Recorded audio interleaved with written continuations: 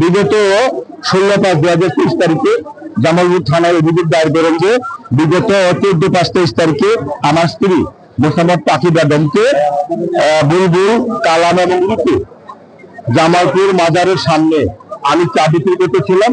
চা বিক্রি করাকালীন সময়ে আমার স্ত্রীকে ভুল বুঝাইয়া জোর করে বুলবুল, কালাম এবং রূপে অপহরণ করে নিয়ে যায় এবং একে অপহরণ করে নিয়ে যায় দিনটা বুলবুলের বাড়িতে নিয়ে যায়।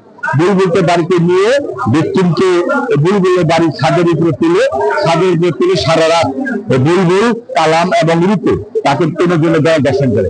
এদিকে তার স্বামী ঘরাত থেকে আবেদন করতেছে, না পাওয়াতে এক পর্যায়ে এই ভিকটিম মোসাম্মদ পাখি বেগম রাত ভোর 4টে বা 4:30টার দিক দিয়ে তার স্বামীর কাছে আসে।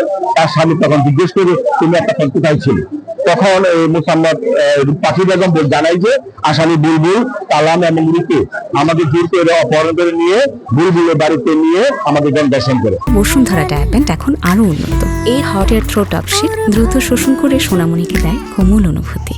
তারপরে এই ভিকটিমকে হাসপাতালে ভর্তি করা হয় এবং পাখি ম্যাজিস্ট্রেটের সামনে তদন্তের হাজির করে দুজন ম্যাজিস্ট্রেটের সামনে হাজির পাখি জানাই যে বুলবুল, কালাম এবং রূপে এই 3জন আসামি আমাকে দুর্বৃত্ত অপহরণ করে নিয়ে যায় বুলবুলের বাড়িতে নিয়ে 3জন আসামি আমাকে গণধর্ষণ করে।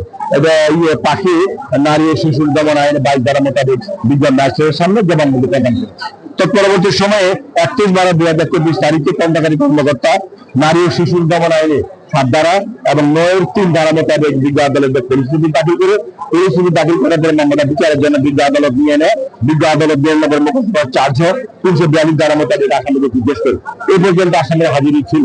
তৎপরবর্তী সময়ে আমরা এই মোকদ্দমা প্রমাণের জন্য বিজ্ঞ আদালতে 10 জন সাক্ষী উপস্থাপন করি, ম্যাজিস্ট্রেট, ডাক্তার সহ উপস্থাপন করে আসামি পক্ষ তাদেরকে জেরা করে। আজকে বিজ্ঞ ট্রাইব্যুনাল মোহাম্মদ আব্দুর রহিম সাহেব আসামিদের দোষী সাব্যস্ত করে নারী ও শিশু দমন আইনের 7 ধারা মোতাবেক প্রত্যেক আসামিকে যাবজ্জীবন কারাদণ্ড আদেশ প্রদান করেন এবং দর্শনের দায় নারী ও শিশু দমন আইনে 9-3 ধারা মোতাবেক মৃত্যুদণ্ডে আদেশ প্রদান করেন এবং প্রত্যেককেই 2 লক্ষ টাকা জরিমানা আদেশ প্রদান করে জরিমানা টাকা বৃত্তি প্রাপ্ত হয়।